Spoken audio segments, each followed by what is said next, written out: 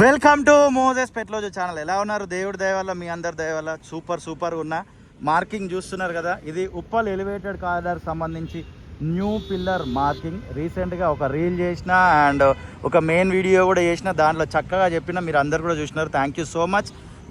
ఇంకొక చిన్న వీడియో తీద్దామని కరెక్ట్ పిల్లర్ ఎక్కడైతే వస్తుందో దానిలోనే మనం నిల్చొని ఉండడం జరిగింది. ఈ వెహికల్స్ అన్నీ ఉప్పల్ వైపు నుండి వస్తున్నాయి.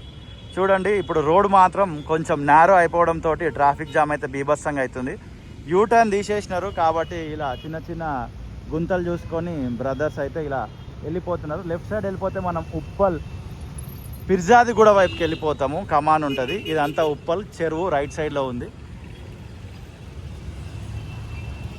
అండ్ ఈ వర్క్ జరుగుతుందని తెలిసి వాళ్ళు ఇక్కడ కొంచెం రోడ్ అయితే వేసినారు.